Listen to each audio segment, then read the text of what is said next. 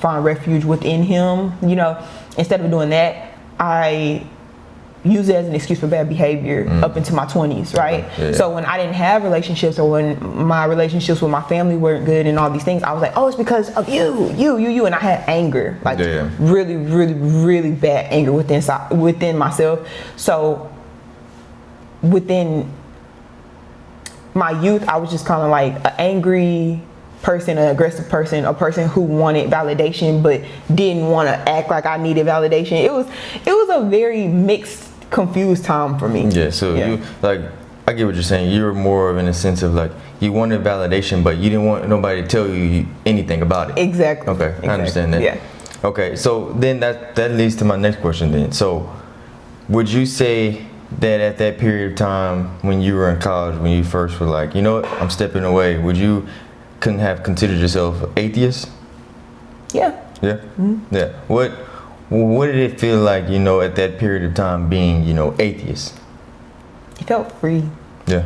It felt like I didn't have to answer to nobody. It felt like there was no consequences for my actions, and it felt like I finally took control of what I think. Yeah. And I wasn't being brainwashed, or I wasn't being ridiculed, or I wasn't being judged.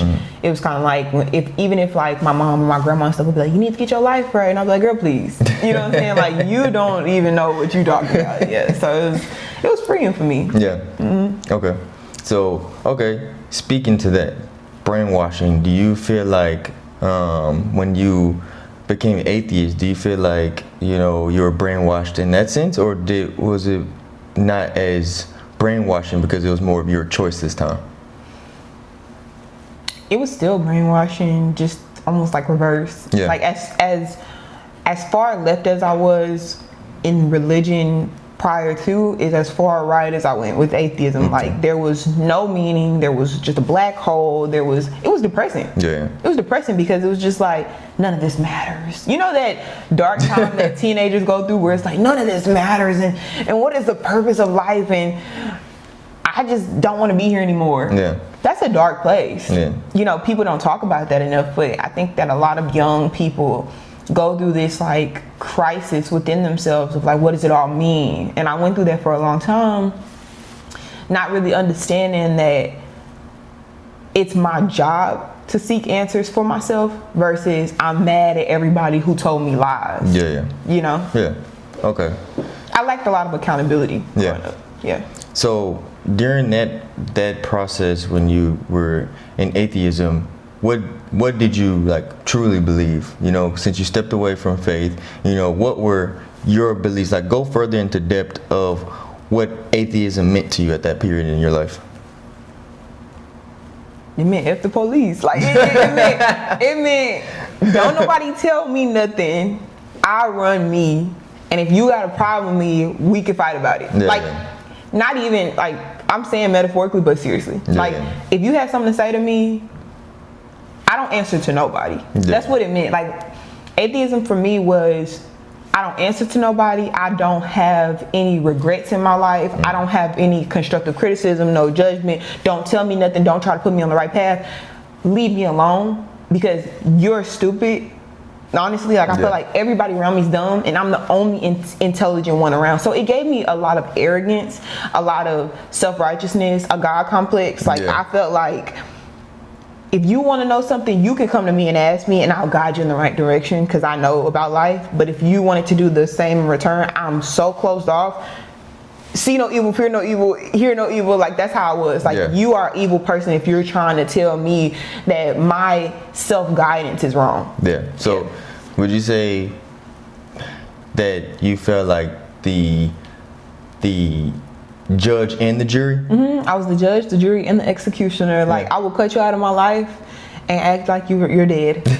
I would act like I never knew you. That's not funny. That's not funny. I would. Like, I would cancel, like how we have cancel culture. Yeah. That's who I was after 20 years old. Like, you're canceled, you're canceled, you're canceled. Like, you want to tell me, I love you and I want to pray for you. Canceled. Yeah. Please do not come over here with that because now you're trying to I was very opposed to conviction. Yeah. Don't try to make me feel bad. Don't try to make me feel judged. Don't try to misunderstand me and try to twist my words to make it into something it's not. That's how I felt people. I was on the defense all the time. Yeah. And okay, do you think I'm gonna go a little left here, because I kind of feel like they go together, which is what makes a lot of people go to the extreme, right? Because you said you went extreme right? So do you think at that period of time, not only were you deep in atheism, right, but do you think, now looking back at it, do you think you found a form of feminist thoughts as well? Yeah, of course. I think those go hand in hand. Yeah, that's the reason I was asking, because what I'm hearing, I can kind of hear it, so that I wanted to ask you that. Yeah, it was sexual liberation. It was no kids. I need to do this on my own. I don't believe in marriage. I don't want anybody to try to force me into a box where I have to be in a role. Yeah. I want to experience the world as I want to experience the world on my own accord. And I don't think that necessarily was bad. I don't think that it was bad that I wanted to experience the world through my own eyes, not through something somebody told me. I think the bad thing was I wanted to go against every beautiful thing God created for me, to benefit me, to help me progress, to grow, to mature, to seek Him, and to get the graces, the abundance, and everything that He had for my life. Yeah. I think I thought that I was opposing oppression, and I thought that I was opposing people stepping on me and being a doormat. I thought that's what I was opposing, but in actuality, the anger was pushing away all the good things that God had for me. Yeah. Okay. So. And just to say, you said deep in atheism. I really wasn't, because I really didn't have an understanding of what atheism was. Yeah. You I never did research about atheism. No, yeah. I never did. Same way, I never questioned Christianity. Yeah. I just kind of did it. I never did research or question atheism.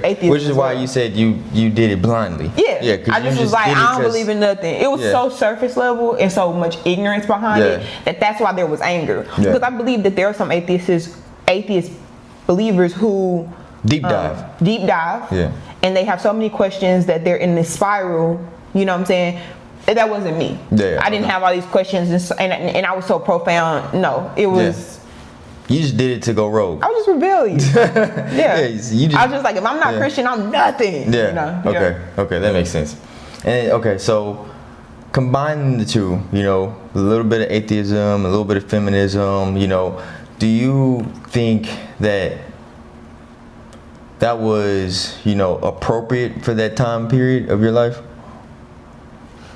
And the reason I asked that is because I wanted, to the people watching, what would you say to the people who are like in that space now, who are like, I think this is appropriate, not only do I not believe, but I believe that women should have all the power, or whatever the case may be. What would you say to those women? Because you've been in that space before, and now you're not in that space anymore. So what would you tell them?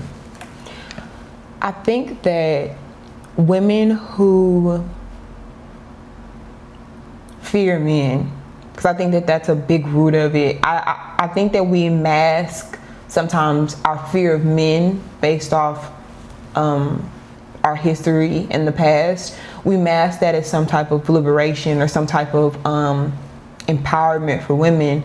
But I don't think that you can be empowered by diminishing the role or stepping or opposing going to war with another being that God has created for good. So I think that when we have these, the question was, did it serve me, or was it appropriate for that time period? No, I don't think it's ever appropriate for a woman to oppose something that God created for her benefit, for her empowerment. The crazy thing is, the contradiction from what I believed in a feminist mindset is that men are here to diminish us and step on us and make us submissive and to serve and be a slave. And I kind of viewed it that way until I realized that it's just the men that I had been around in my life up until that point. Because when I got around men that actually were doing the calling of God, what He calls them to be, I seen that there was nothing further from the truth. I seen that a man who loves you and who genuinely has an understanding, that's why God says, seek a man that seeks after his heart, after what he wants. You know, that's why you want a God-fearing man, not because it's a cliche or something good to say, something fun and lighthearted. It's not lighthearted. You really need to have a prerequisite for marriage as a man who believes in God, because a man who believes in God and understands what God's will is for him in this life is a man who can genuinely help you experience love and fulfillment. And when I experienced that, it really helped me to put away the ways of the feminist mindset. Yeah. You know, that it helped me to put the thought process of feminism away because I wasn't being degraded. What helped you put the thought of feminism away? When I experienced real men. Okay. When I experienced a real man. Yeah. When I experienced you. When I experienced, and it was you being able to show me. So my grandfather loved my grandmother unconditionally, no matter their faith or the belief system. And of course it was God. I won't take that away from them, but no matter whatever they practice, I seen love. They were married for 45 years. I seen love. I never seen him raise his voice. I never seen him put his hands on her. I never seen him and the covenant of their marriage, the things that they understand, I wouldn't understand as a child, but I do understand that what I seen and perceived was love. Yeah. But I was like, that's 1 in a million. Nobody else gets that, you know? And then I met you and I said, I get that. You know what I'm saying? Like I get to experience what my grandmother had, which is a man who's willing to, I told you I'm not about to get emotional every time I get on this camera. I'm tired of this. But I've experienced a man who's willing to like conquer anything to make me happy and give me a world, whatever it is in this world that I want. A man who's willing to work so hard to get that for me. You know, like it's like almost when women say men they don't want you to work because they want you to stay at home and be in this oppressive role. All I see is a man who's saying, I don't want you to lift a finger. You know what I'm saying? I want you to sit and relax and enjoy your children and live a life of softness and happiness and joy, and find joy within your rest. You know what I'm saying? Find joy within, you gave me children, now rest, and rest within raising your children, and rest. Not saying that raising children is not a job, but enjoy that job. Don't spread yourself thin trying to do my job. And I always was like, Lee, I need to help you. You know what I'm saying? Do you need help? Do you need me to come? And it's like, no, I just don't. What my experience with you is, I don't want you to worry about what God has called me to do. And that right there showed me that when God created man and woman, he created us perfectly and made our roles, and I'm getting goosebumps because he made our roles so perfect to coexist. And I think that what I'll say to women is that when you find yourself in these places where you feel like you're battling a man, or you're battling your role within a relationship and stuff, just take a second to understand that when God created us, he didn't create these roles for no reason. You know, so I'm not saying you can't work. I'm not saying that if it's not necessary, you shouldn't help your husband. I'm not saying that because if Malik ever needed it, I'm going out the door to go help, because that's what God called me to do, to help my husband.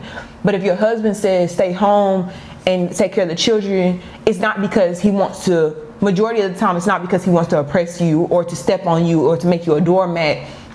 It's more along the lines of, he wants his children to be safe within the home of the woman of the home that he's created for his family. But secondly, it's so that you don't have to go conquer the world. And for so long, I thought that I had to conquer the world, and I thought that I had to battle everybody, and I had to be this strong person because I had to defend myself. And I did have to defend myself most of my life. And then when I met you, and you said, I'll defend you where you don't have to. Okay, what would you say was your turning point? You know, was it in college or after college, your turning point where you're like, maybe I was wrong, or maybe I'm dead wrong? Like, what was your turning point that brought you back to faith? So, when we had the conversation yesterday, I talked to you, and I heard you talk about the epiphany, and like how it kind of just hit you. And I have something similar. It came to me in a dream, right? So when I got pregnant with Journey, God came to me in a dream.